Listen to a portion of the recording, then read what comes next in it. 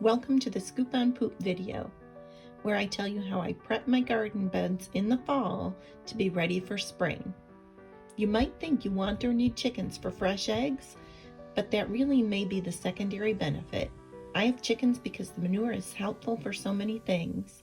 I use it for mulch around trees, to start garden beds, and to help maintain or improve soil quality. Here's what I do in the fall to get a new garden bed ready for spring. The first thing you need to do is cut the grass. Use the lowest mower setting you can. If there's a time to scalp the lawn, this is it. I try to bag the grass so the cardboard can lay down flatter when I put it down. I'll still use the bag grass later, it won't go to waste, and neither will any leaves when they fall.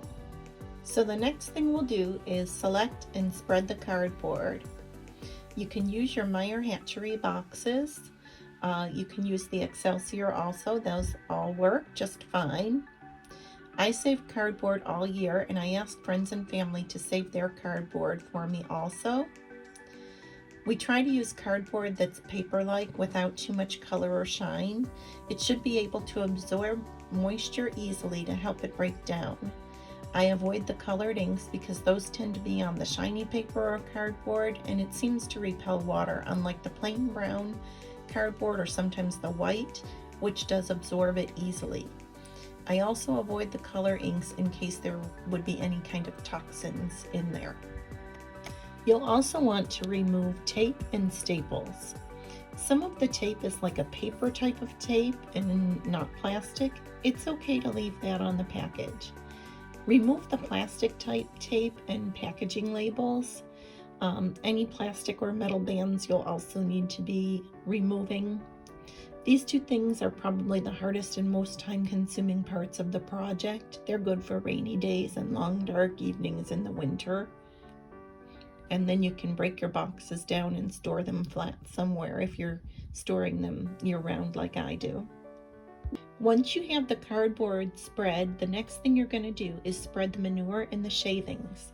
You can use grass clippings and leaves also. Put it all on top of the cardboard. It can be thick, maybe 4 to 8 inches to start.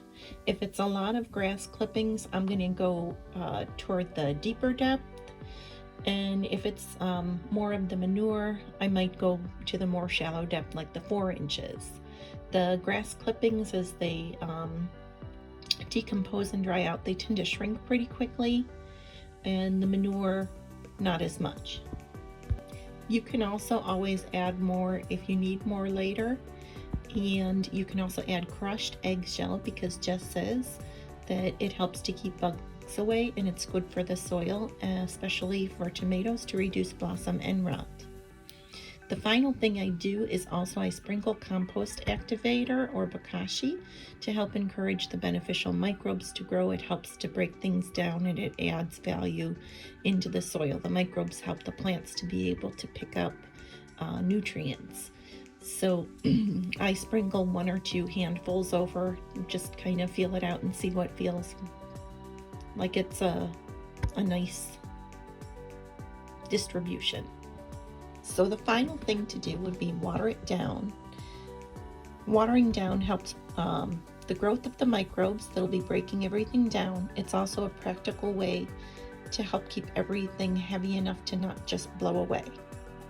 It may seem like a waste of water to just water the cardboard in along with the shavings and the manure, as well as the leaves and grass.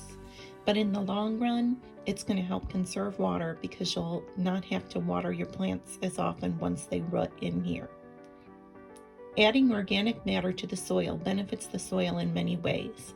It helps the soil to absorb and retain moisture and decreases the need for watering. It helps add nutrients to the soil. It helps to support the microbes that live beneath the soil and bring nutrients to the roots, or help the roots to make use of the available nutrients.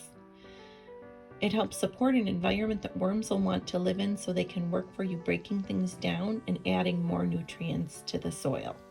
So now just wait patiently for spring. Plan your garden now so you're ready to fill the new space in the spring. Pour over the Manure Hatchery website for new chickens to give you more manure for future seasons. Just a note about safety. You're going to want to do this 3 to 4 months before you plan to plant in it. If you're going to have things growing on the ground, then you want to go with at least the 4 months. If it's something that's going to be trellised and off the ground when you harvest, then you can do that with about 3 months prior. We'll link some information about safety below. In the spring, transplant and water. I usually don't direct seed into this the first year. It might be okay, but I haven't really done that. From my experience, if I transplant into this and it might be considered what's too hot, like I've added something that's too fresh, I may lose a few leaves, but generally not the whole plant. They start to thrive for me within about 2 weeks after planting. I usually water daily for the first 2 weeks depending on the weather. Cooler or rainy, it might be less so often if it's hot and dry than daily. After that, I watch the plants to see how they're doing. This year we've had rain come often enough that I have not need to water after the first 2 weeks. If we had a drought year, I'm sure that I'd have to, do some watering, but not too often. So I hope you enjoy this, and I hope it works for you as well as it does for me.